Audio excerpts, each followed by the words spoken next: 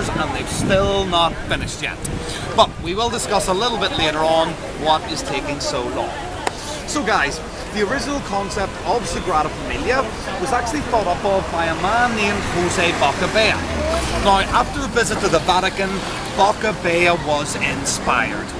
Guys, it's important to remember that at the end of the 19th century, a lot of the Catalans were shying away from their faiths, stopping going to Mass. Now, Boccabella believed to emulate something similar to the Vatican here in Barcelona would encourage the Catalans to come back to their Christianity and come back to their Catholicism. So guys, the year was 1882 and Boccabella originally commissioned an architect named Francesco de Villar to design Sagrada Familia. So 1882, de Villar designed a very neo-Gothic church and then construction begun. Now guys, a very important piece of information that you need to learn about Sagrada Familia. Folks, the funding for Sagrada Familia, it doesn't come from the Council of Catalonia. Okay, the government of Spain are not paying for all of these costs. There's not one wealthy or influential man like Eusebio Güell or King Juan Carlos who are paying all of these costs. Guys, all of the funding for Sagrada Familia has come from donations. The whole church has been built using money from donations. That's from donations from people like myself, yourselves, the Catalan people. So in that respect, it's built by the people, for the people. Now guys, originally in 1882, de Villar wanted to use the finest materials possible for his masterpiece. He wanted to use the finest materials, not just in Spain, but in the world. But Boccabella understood the predicament, he understood the situation, and he warned de Villar, if you start off using the best materials possible, because this is funded by donations, you could very easily run out of funding and then the project will never be completed. So guys, the year was 1883, Boccabella and de Villar had a disagreement about the use of the best materials and de Villar walked away from the project. So it was passed over to Gaudi in 1883. He would go on to radically change de Villar's plans, which was not too difficult by this stage because only the crypt had been completed. So guys, Gaudi got his hands on it in 1883. He would go on to dedicate over 43 years of his life on Sagrada Familia. Now, Sagrada Familia itself is actually dominated by three facades. So on this side you can find the Nativity facade. Nativity being symbolic of that wonderful time of year, Christmas. So that's exactly what the Nativity facade symbolizes, the birth of Jesus Christ and tales from his childhood. Guys, on the opposite side of Sagrada Familia, you will find the Passion facade. I'm sure most of you have seen or heard of that very famous Mel Gibson movie, The Passion of the Christ, dealing with Jesus' death. Yeah. So that's exactly what the Passion facade symbolizes, the death of Jesus Christ.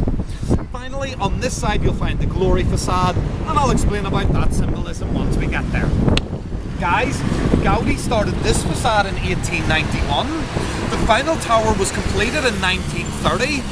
Folks, this is the only facade that Gaudi would live to see completed.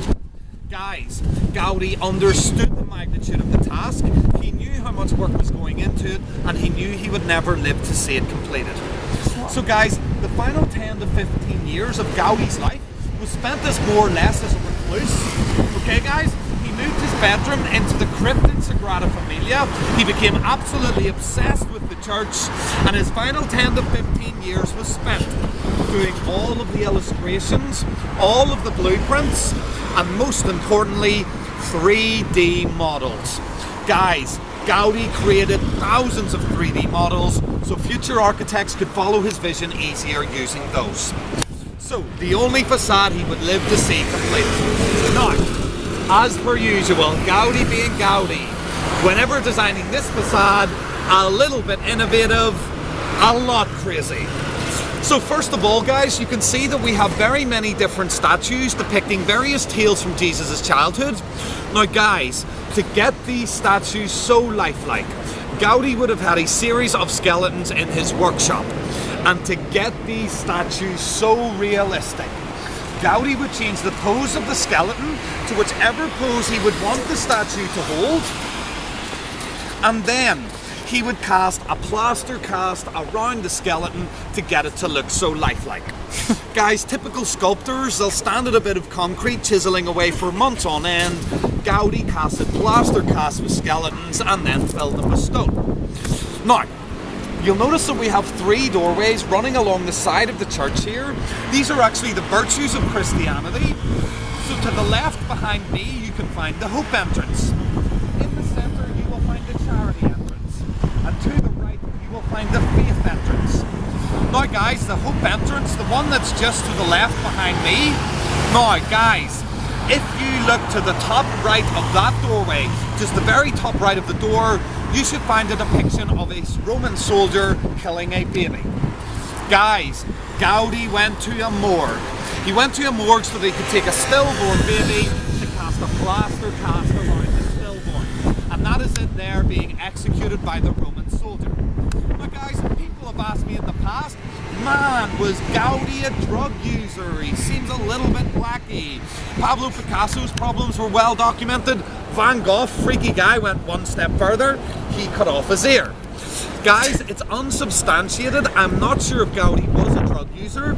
I'd like to think he was on something when he took a dead baby. Because let's face it guys, morally, well, you're not really going to go to heaven for taking dead babies. Now, there are over 100 different pieces of nature depicted on this facade. The birth of Jesus Christ, a very happy, very joyous occasion.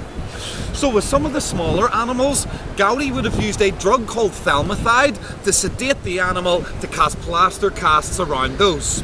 Wow. Now with some of the bigger animals, like the donkeys for example, you would need a hell of a lot of drugs to sedate an animal that size. So he actually would have had harnesses holding these animals in place to cast plaster casts around those. So guys, the weird and wacky world of Antoni Gaudi. We're typical sculptors and stand and chisel away for months on end. Gaudi casted plaster casts around skeletons, dead babies and animals. And before you ask me, no, the animals are not still up on the facade. Okay guys, some crazy people seem to believe that Gaudi would have left them in the mould and then put them up on the facade. But guys, Gaudi's love of nature would surely not have him have an animal die throughout this process. Yeah. So I'll tell you what I tell all the other crazies. Guys, Gaudi was mad, he wasn't that mad. Now, there's a lot of symbolism and a lot of hidden meanings behind Sagrada Familia. First of all, if you look up in between the 2 towers, you will find an evergreen cypress tree. Okay, not a Christmas tree, but an evergreen cypress tree. That is symbolic of the everlasting life of Jesus Christ. Guys, with the doves accompanying the tree, they actually symbolize the souls of the saints. Now, what you need to learn about this facade, the Nativity, it's facing the east of the city. The Passion facade depicting Jesus' death faces the west of the city. So every morning as the sun rises over this facade, that is symbolic of the birth of Jesus Christ, and as it sets down over the Passion facade, symbolic of the death of Jesus Christ.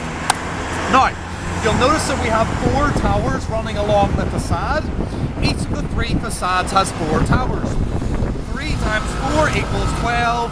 Each one of these towers is dedicated to each one of the apostles. Guys, upon completion you will find the tallest tower on a cathedral in the world here at Sagrada Familia.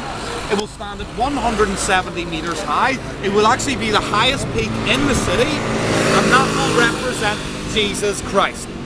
Guys, to give you an idea of how tall this tower is going to be, that building which I showed you a few minutes ago, if you've been down along the beach, you'll have seen these 2 buildings standing alongside each other. Those 2 buildings down there, 150 meters high. So the tower here at Sagrada Familia, it's going to be 20 meters taller than the 2 buildings at the end of the street. Guys, it's going to be massive. Now, behind the main tower will be another smaller one, standing at 120 meters high, and that will symbolize the Virgin Mary. Finally, around the 2 central towers will be 4 final towers. Each one of those is dedicated to each one of the evangelists: Matthew, Mark, Luke and John. So upon completion you will find 18 towers on Sagrada Familia. The 18 towers are your Holy Family. Alrighty guys, so here's what we're going to do to conclude the tour. We're going to take a full lap of Sagrada Familia. We'll go around and have a look at the Passion facade and find out about Jesus' death. We'll have a quick look at the Glory facade. We'll find out when it's due to be finished and why it's taking so long. Guys, at the end of the tour, we will conclude it directly behind you in Sagrada Familia Garden, so that you can get a beautiful picture of Sagrada Familia in all of its glory. But I'll give you a minute or two to take some photos from here.